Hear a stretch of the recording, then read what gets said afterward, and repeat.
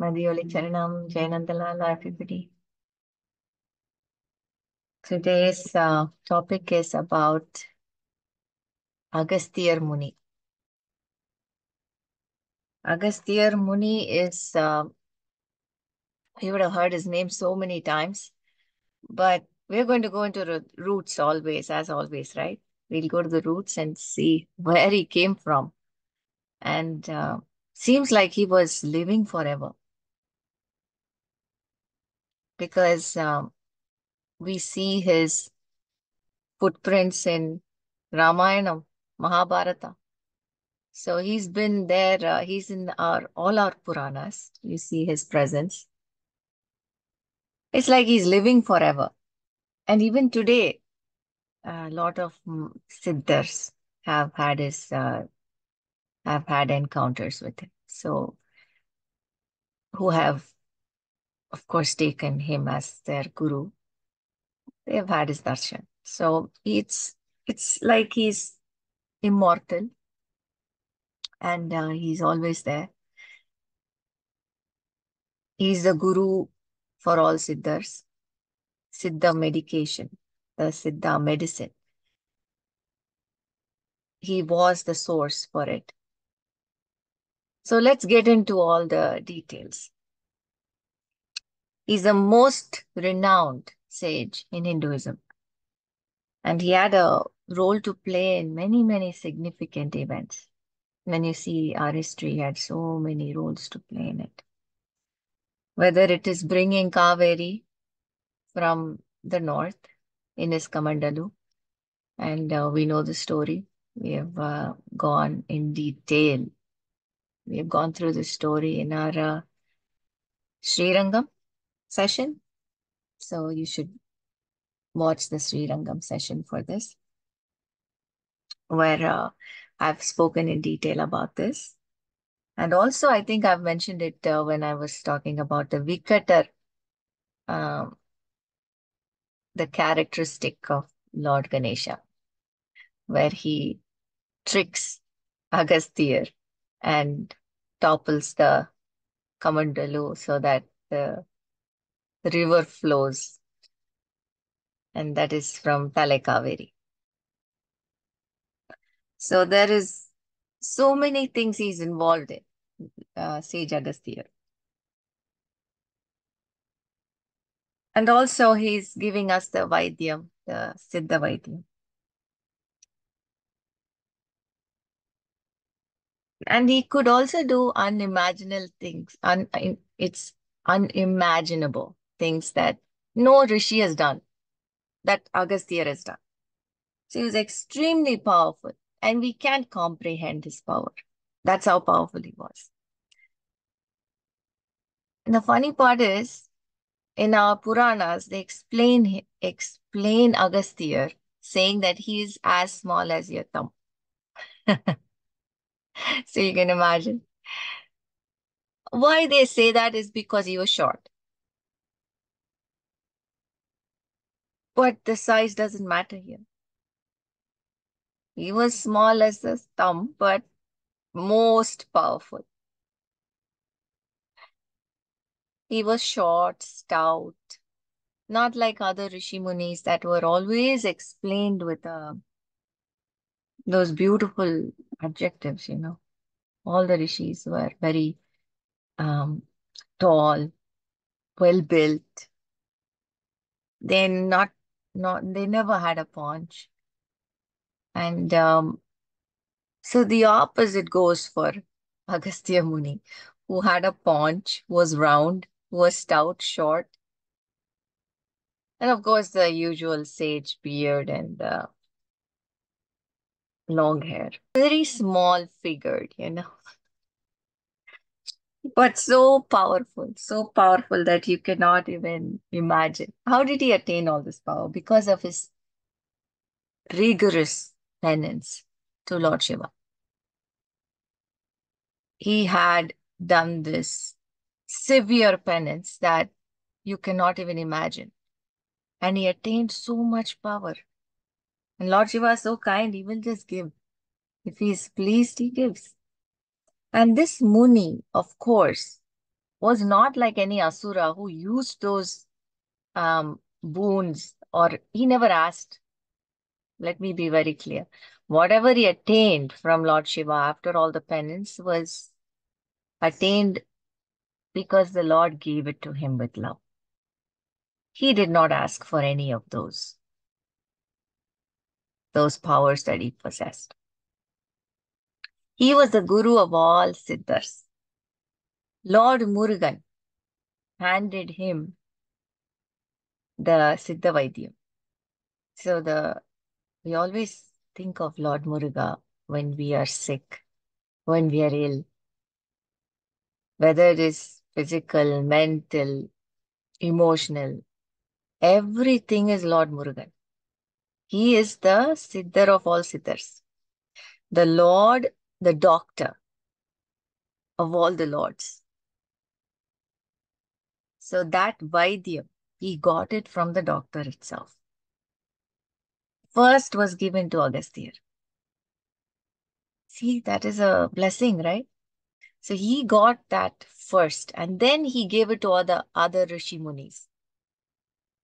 So he not only attained that, he also attained Tamil literature.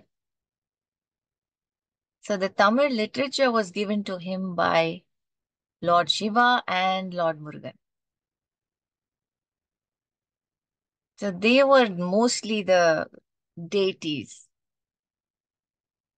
in the south, in Tamil Nadu, that due to which we have so many Tamil literatures and beautiful poetry and all that written by various other, devotees of Lord Shiva and Lord Murugan. So he's the author of many Sanskrit texts such as Agastya Gita, found in the Varaha Puranam, Agastya Samhita, found in Skanda Puranam. So he has given us a lot. He is the author of several hymns in the Rig Veda also and other Vedic texts. His wife, Lopamudra, also has written a lot of texts in the Rig Veda. He appears in a lot of Puranas, epics, Ramayana, Mahabharata, like I told you. And he is one of the Saptarishis. And he is also one of the Tamil Siddhars in Shaivism tradition. Most of the South Indian temples, if you visit, Shiva temples, you will find Agastya Muni, sculpture of him, separately. Whether outside or inside, you will find him. And that you don't find in other Rishi Munis. You don't find their sculpture in temples. But Agastya you will find. And it's very easy to spot him because, like I said, his physical attributes, short, stout, and long beard with a kamandal in his hand. You'll know that is Agastya if you don't know how to read Tamil. And he has installed a lot of lingams in the south. Why I say south, it's not only Tamil Nadu. He has installed various other places in the south too. And most of them are in the banks of the river Kaveri. Most of them. Now let's go to who Agastya, how did he come to be?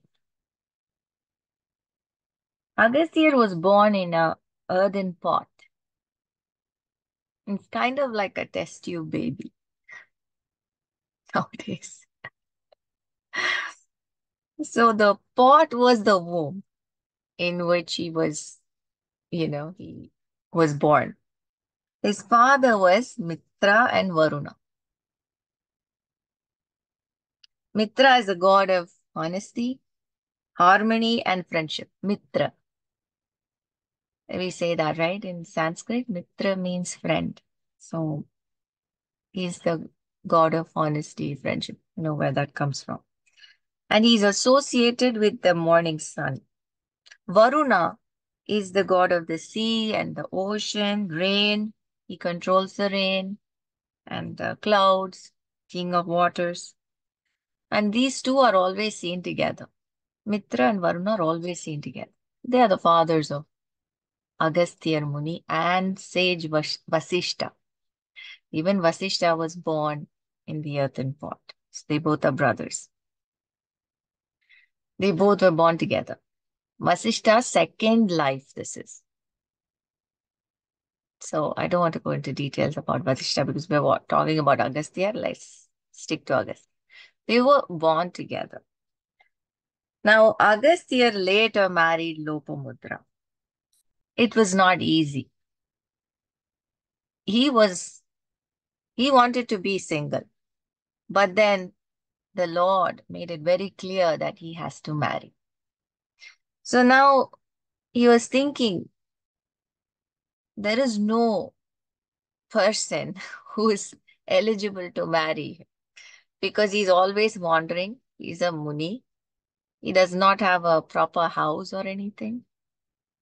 It's a very difficult life. It's in the forest, penance and all that. Who will be ready to marry him? So he created a person whom he could marry. So there was apparently a king named King Vidarbha. He was childless. He wanted a child and he was praying to the Lord for a child. And so Agastya said, I will create a child for you. You bring her up. So King Vidarbha was very happy and he took the child and he brought her up with love and affection. And she grew up into a very beautiful woman. Agastya came back and asked for her hand. Agastya is living forever, no? He doesn't really look old. So he came back and asked for her hand, and the king happily gave her. He was a little sad that the daughter is going to be living in certain crazy conditions, right? Extreme conditions in the forest and all that. But Lopamudra, the daughter, was very happy. She said, I'm okay to go to the forest. I'm okay to be with the rishi. I'm okay to serve him. I'll be very happy to serve him. And so she was ready. So no, Lopamudra and Agastya started their journey into the forest. Now they are mostly in the Himalayan region, always with Lord Shiva. He was a big devotee of Lord Shiva. Now, one fine day, Lord Shiva, of course, gets married to Goddess Parvati. This was that time when he was getting married to Goddess Parvati. And all the Rishi Munis came to attend the wedding. So Lord Shiva, before that happened, he knew that all of them are going to come for the wedding and attend the wedding. So he calls Agastya and he says, since everybody is going to come to attend the wedding, I need you to go to the south because the earth is going to tilt because of the weight. And I want you to go and balance in the south. You can imagine, I already told you his physical attributes. He's like a thumb, short, stout. And can you imagine the Lord sending him to balance on the other side when all the Rishi Munis are on the north and just one single person to go balance in the south? Why do you think? That is the head weight. Head weight as in so much knowledge this little man has that that weight was enough to balance the earth. Just think about it. That's how great Sage Agastya was. So Lord Shiva asked and requested him, please go to the south because everybody is going to come here I want you to go to the south and balance the earth. He was a very devoted Rishi, so he did not argue with the Lord, but he was very sad that he's going to miss the wedding. He said, Swami, I wanted to see the wedding. I wanted to see you marry the goddess, and you're sending me away. So the Lord said, promised him, you go to the south, I will come there with Uma Devi and get married again in front of you. So this was his promise to Sage Agastya. And Agastya was very happy because now he'll be able to see the Lord again getting married to Ambal. So he said, okay. And he went. He was on his way.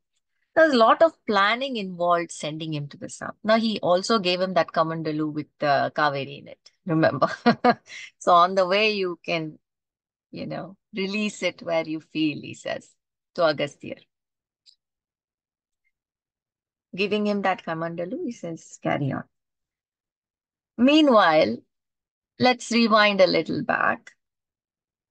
There was this mountain called Vindhya.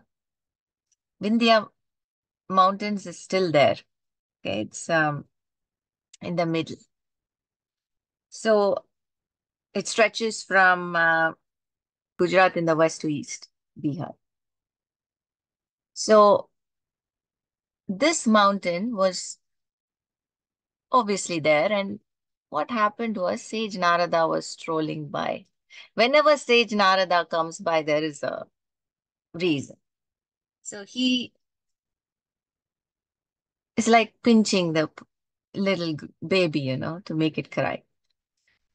So he walks by and he's like, wow, you are so huge. You're so beautiful, he tells the mountain.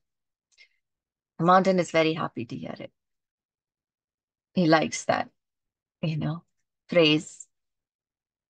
And then Narada says, but have you heard of this other mountain, Meru? He is bigger. He's way bigger. The sun asks his permission to come before he rises and before he sets. So Vindhya says, no way, no way. That can't be. And I mean, I can't imagine sun asking permission. So he says, yeah, sun asks his permission before he rises. Otherwise, the sun will not be visible, Narada says. Is that so? And now he has created this chaos in Vindhya's mind that the Vindhya mountain wanted to be bigger. It grew and grew and grew so huge that whatever vegetation or whatever living beings were below it could not get the sunshine, could not get the moonlight. So without that, it never flourishes. So the living beings were really suffering because of this mountain growing so huge that no sunlight could come in, no moonlight could come in. So it was obstructing everything. So now the Devas went and asked Lord Vishnu what to do. Because this Vindhya mountain is creating a problem because it was right in the middle. So Lord Vishnu says the only person who can solve this is Sage Agastya. He has been asked to go to the south. We will ask him to deal with this problem on his way south. So on his way, he has to pass Vindhya mountains. So they all approach Sage Agastya and tell the problem. They state their problem and Sage Agastya says, don't worry, I will take care of it. Now Agastya goes there and stands, a small, short person, right? So he goes there and looks at the mountain who's very high. The mountain has to seek his blessings because he's Agastya. So he comes and he bends to seek his blessings. And Agastya says, my son, please stay in this position till I come back. because you're too tall. It is a very difficult path for me. If you are so tall, how will I cross you? So please remain here till I come back. I just have some work in the south. I'll come back. So this mountain bent down and allowed the sage to cross over and stayed in that position. And obviously, Sage Agastya never came back because the plan was to be in the south. Lord Shiva had asked him to go and stay in the south, so he never came back. So the mountain also stayed that way. So this is why Sage Agastya is so huge in our Puranas, because he has solved many issues like this. So now the Devas were all very happy that this problem was solved. And that's why he goes in the Puranas also, that he has solved this problem. That's after this came the Kaveri incident when he was crossing by that Karnataka region. And Lord Ganesha comes and topples Kamandalu, and Agastya gets very angry because Lord Ganesha comes in disguised like a crow. So he gets very angry chasing the crow. So so the Kaveri happens, and we all know that that is the Talai Kaveri in Coorg district, Kodagu district in Coorg, Karnataka.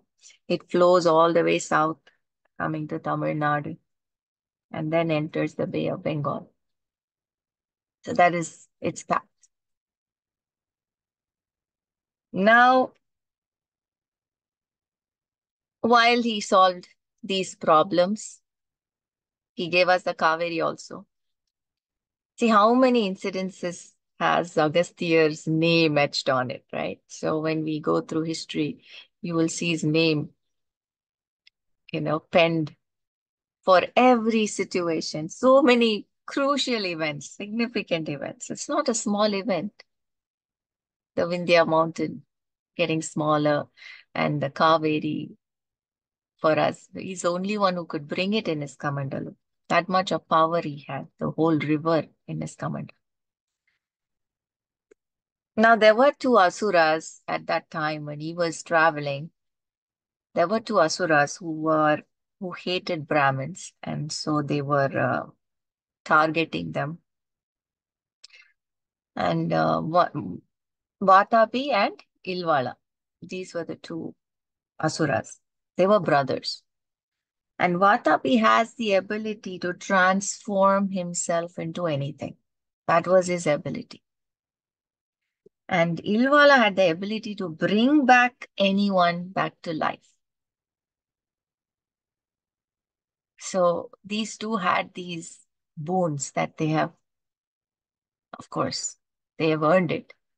But see what they're using it for? So what they did was they used to invite these brahmanas, if they saw them, Rishi Munis, they saw them, they would invite them into they created a small hut kind of thing. And they said, come, we'll feed you. You have had a very long journey. Come inside, take some rest and all. They won't know these are asuras because they're disguised. So now they go in, trusting these two asuras. They go in and they sit down to eat. So like I said, Vatapi has the ability to transform himself into anything. So he'll transform himself into the food, whatever food. And they will consume him, thinking it's food. And now Ilvala will call Vatapi, Vatapi, come out. And Vatapi will transform into a goat inside the Brahmana's stomach and tear his stomach and come out. So this is what they did to many Brahmins. And they killed many of them. So this is what they did. So Agastya was passing by. Now it's Agastya's turn. Wrong target. But let's see what happens. Now, Agastya was passing by. He took blessings from Vathapi Ganapati. We have spoken about Vathapi Ganapati while we were talking about Sirutondar Nayanar. Because this Ganapati was initially in Hampi in Karnataka, but it was the capital of Chalukyas for 3 centuries in the 6th century or 6th to 8th century. Paranjoti, if you remember, while we were talking about Sirutondar Nayanar, his initial name before he became an Nayanar was Paramjoti. And he was a chief army general of the Pallava kingdom. And then he later came to be known as the Sirutondar Nayanar. He was the one who invaded Vathapi in the 7th century, the Badami side, Karnataka side. And he took Vathapi Ganapati to Tamil Nadu. He brought that Vathapi Ganapati to Tamil Nadu. And it is now in Tiruchengathankudi or Ganapatishwaram, which I have spoken in detail about during our Ganesha session. So now Vathapi Ganapati is there in that temple. I actually went and visited that temple also and saw him. So going back to Agastya. This Vathapi Ganapati was in the Chalukya kingdom at that time. And Agastya took his blessings, this Ganapati blessings, and the Ganapati warned him. The Ganesha warned him that there are 2 asuras who are doing this, so be careful. You're going to be their next target. So Agastya took his blessings and continued his journey. And then, of course, Vathapi and Ilvala came and invited him over to their house and gave him the meal. Agastya ate the meal and he slowly rubbed his stomach and he said, Vathapi jirno bhava.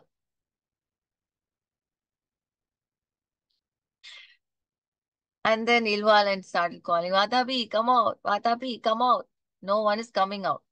Usually he'll come out like a goat and tear the rishi in pieces, right? Here, nothing of that sort happened. That's when Ilvala knew that his brother is gone. Because this person, Jirno Bhava, he has digested him. So the Ganesha, Lord Ganesha's warning saved Agastya Muni. But Agastya has the power. The other Munis, Rishi Munis don't have this power to digest something like that. So he had that power, Agastya Muni. He just needed that signal, that warning that, hey, take care of this. So that's how the asuras were destroyed there. And there is another story where Agastya Muni had once swallowed the sea. Now, how this happened was the ocean, to be specific. There was a time when all the asuras were hiding under the ocean. And during the night, they used to attack the Rishi Munis, their families, their Gurukulam, and destroy everything at night.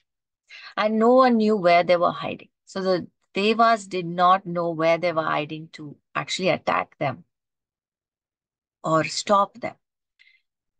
So they were literally ambushing. So Lord Vishnu said, he was meeting up with Lord Shiva and all that, and they all said that they are hiding in the ocean. So that's why it is very difficult to find them. There's only one way, that we can ask Agastya to swallow the whole ocean and then we can find them easily. So that's the only Muni, Rishi, who could do that. So they requested Agastya Muni to swallow the ocean. He came and effortlessly gulped the whole ocean. And of course, the asuras were like, now they were ambushed. And they didn't know what to do, and they were running here and there. And then, of course, they got killed, easily killed. Now the Deva said, Agastya Muni, we request you to put the ocean back. Then Agastya said, sorry, it's digested. I cannot bring it back. So this was the story of the ocean. There was no ocean at one point. Then the Devas went and, put forth their request and concern to the Lord Shiva. And Lord Shiva said, don't worry. There'll be a time when Ganga descends down the earth and she will fill it with water. So that is when we know how Ganga came to be. We have done that session on Ganga, where King Bhagirath was the instrument in bringing Ganga down to earth. And so filling it with water and quenching the earth's thirst. Again, the earth was filled with water. Now, Sage Agastya, I told you, has installed a lot of lingams everywhere in the south. I wanted to particularly talk about one place because that is so significant. This one place, it will give you goosebumps. This is the Chengannur Bhagavathy Temple in Kerala. It's 40 kilometers from Kottayam. And here, the Lord is facing the east and the goddess Bhagavathi is facing the west. And here, what is most significant is there is a festival they follow and they celebrate. It's called the Thriputharaatu festival. It's a menstruation ceremony.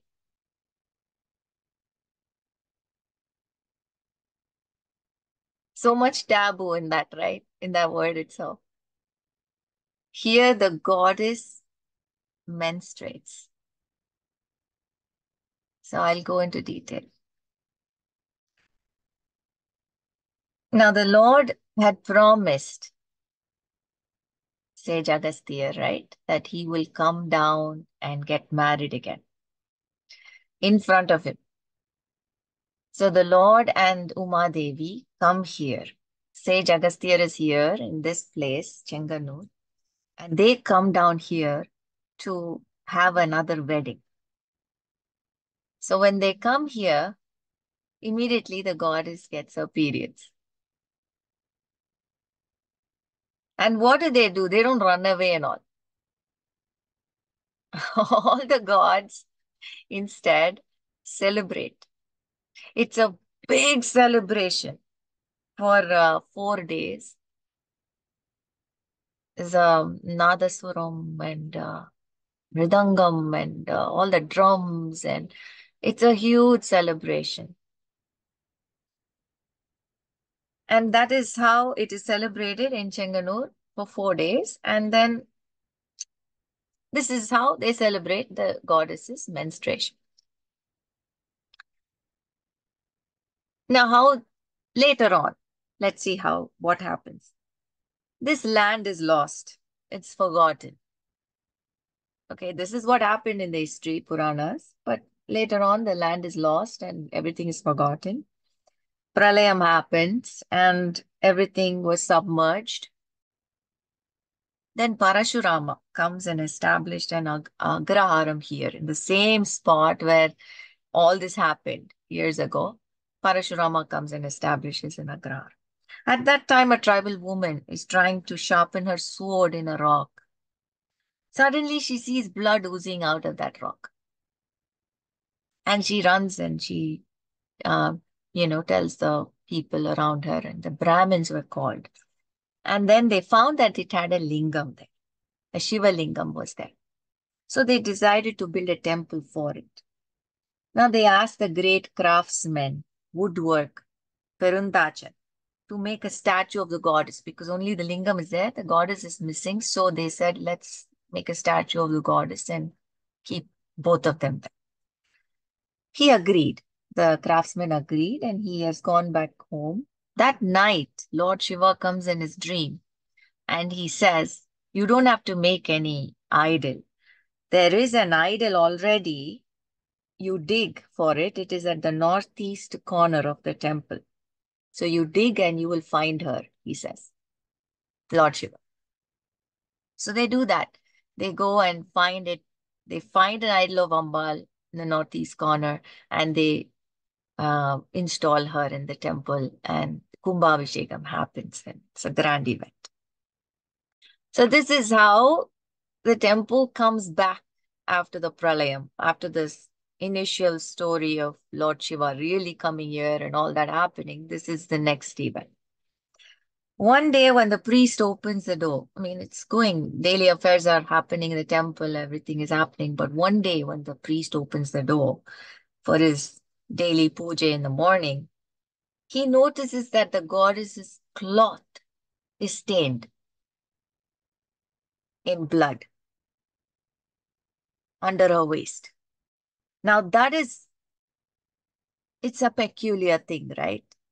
It's not because the priest is the one handling everything. No one else goes there.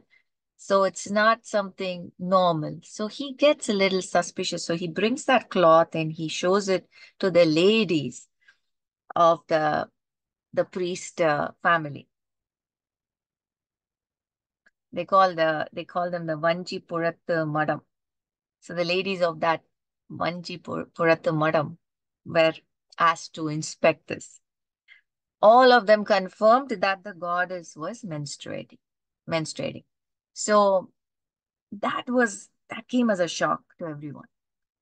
They soon moved the statue from that Sannidhi to a different Sannidhi in the room and kept her, comfortable. They didn't want to bother her with the daily pujas every day, the 3 days. So they wanted to give her rest, and these ladies stayed with her in that room. Though they had puja as a naivedyam every day, they did not bother her with people coming and seeing her. So the darshan was stopped, but her pujas were still going on. Now that was what started. It was every month this happened with the Ambal. Now, nowadays it happens only 3 to 4 times a year, opposed to what used to happen then. Nowadays it happens 3 to 4 times in that temple. On the 4th day, what they did was they took the goddess in a female elephant. A female elephant would come and get her from that room, and she would be sitting on that elephant, and the elephant takes her to the river, and there the ladies give her an oil bath, nice massage with oil, and they give her a bath. And this is a ceremony. Understand, 4 days of celebration in that temple. Everyone, it'll be informed that this festival is happening. Once the goddess starts menstruating, everyone is informed and they all come to celebrate. 4 days of celebration. So the goddess is taken in the elephant with a big parade. It's like a parade. A lot of people are behind the elephant with diyas, with valakku and flowers and all that. And they all go to the river and they give her an oil bath, bathe her, and dress her up nicely and put her back in the elephant. And she comes back to the temple.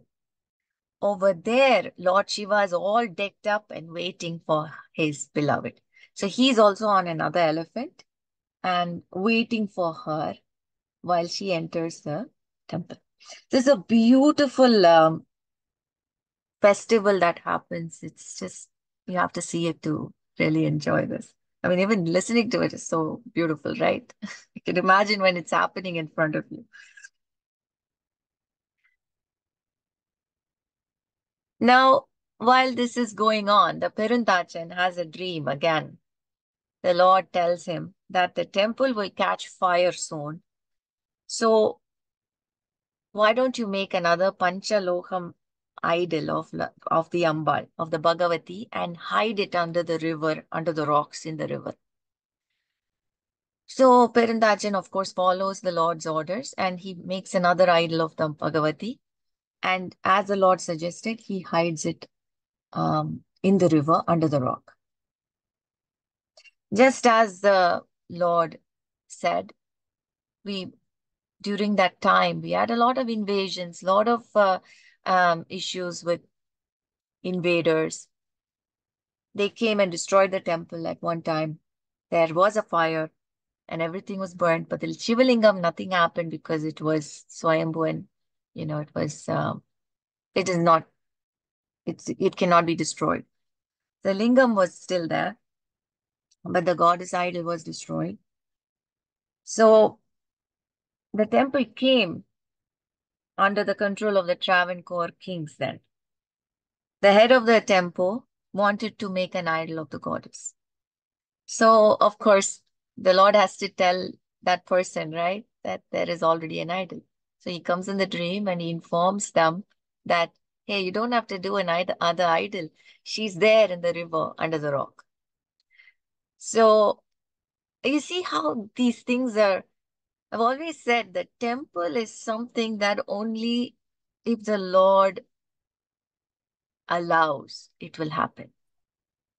Even without the Lord's permission, these things just don't fall in place.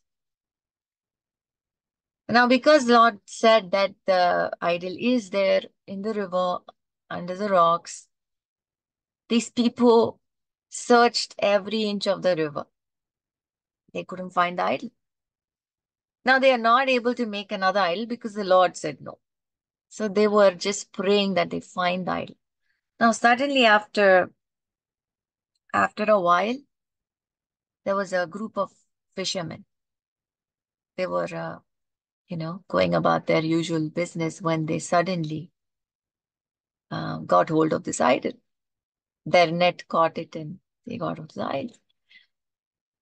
See who had to find it? Of all the people, fishermen.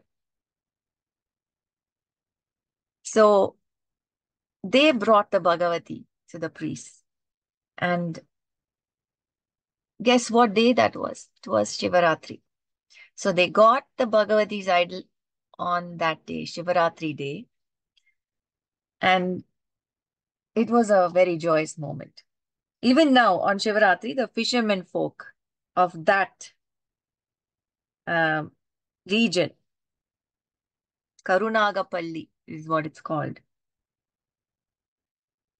They are honored in the temple on Shivaratri because they were the reason that the Bhagavati is there. They found her. So they are honored even today on Shivaratri. That's a very interesting story during the British era. So when every temple, there is a colonel who takes care of the temple, the Britishers' time. And during the Britishers' time, this temple also was under an officer named Monroe. And he found this festivities very peculiar. He was like, why are you celebrating the goddess when she's got her periods? It's so crazy and all that. So he put the whole festivities down and he said, I'm not going to fund this. I'm not going to give you any funding for this. You can do your other things, but this is ridiculous. You need to stop this, he said. Now, soon after he did that, his wife started bleeding. She developed this pain, severe pain in her abdomen, lower abdomen, and she started bleeding continuously. They called experts from London. They all came. Nothing. There was no solution. It was like bleeding continuously for more than 10 days. And then they called somebody said Ayurveda's going to help. So call the priest, they will help. So he called that also. And the priest came and he said, "Sir, if you will allow me to tell you, this all started because you said no to the ceremonies for the goddess. You mocked her ceremony. If you start funding it again, she will take mercy and she will cure your wife." So, of course, Colonel Monroe said, "Well, I don't believe this. This is ridiculous, but if she really cures my wife, well, I will definitely agree with what you said." And then he starts the funding. He gives the funding back, and immediately the wife gets better. Immediately she gets better. And then he says, "Yeah, you're absolutely right." And he was very overwhelmed by the kindness of the goddess. So he made 2 golden bangles for her and he presented it to the temple. She knows how to get what she wants. Now, the Lingam has a gold-plated image of Ardhanarishwarar on it. So that's also another beauty. So the god and the goddess is one here. It's such a beautiful temple where it celebrates their love. It celebrates their union. And this is where they get married. This is where she gets her periods. It's all celebrating fertility, celebrating the union. And it's a beautiful temple. If at all you get a chance, you should visit it. Chengannur means red hill. So we know why the red happens. Now in Ramayana also, Agastiyar had a role where he presented Lord Rama bows and arrows that will never end. So whenever he was in a war with Ravana, there was continuous supply of arrows. That is thanks to Sage Agastya. He was the one who gave him that. So Sage Agastya is such a vast topic. I just shrunk it to make it work in this 1 hour. We can always make it, expand it and make it into many days if needed because of all that rich literature that he has given, astronomy also, and medicine. When I say medicine, it's not like specialists. We have specialists, right? Ophthalmology and um, eye specialist, bone specialist. Here, he is one for all, top to bottom. So you can imagine what his knowledge was. Everything. He had the cure for everything, every problem. Now, his achievements are such that we cannot even comprehend. That is the achievements of Sage Agastya, and that's why he comes on the topmost level of all the Rishi Munis. We have Rishi Munis like Vasishtar and Durvasa and so many of them, right? To name a few, Brigu and Atri. He is above all of them. He is very effortlessly above all of them. They all have something. They all have done something and given us something rich in our Hindu lineage. But Agastya just stands out as one unique with so many attributes, and you cannot even I cannot see. I'm just giving you an outline of it. You can imagine how many scriptures he has written. And knowledge. He is so rich that one incident itself tells you the weight of Agastya Muni, where he was asked to go and balance the earth. So that one tiny man was asked to go to balance the earth. This, how much knowledge he has. That is the weight, not his structure. The knowledge was his weight. That's why we say head weight, when someone has a lot of knowledge. Rumba head weight. So that is what Agastya had, but he was humble, very humble. Yes, head weight was there. That's why he could balance, but not the head weight that we are talking about. I hope you enjoyed this session. Madhioli Charanam, Jai Nandalala.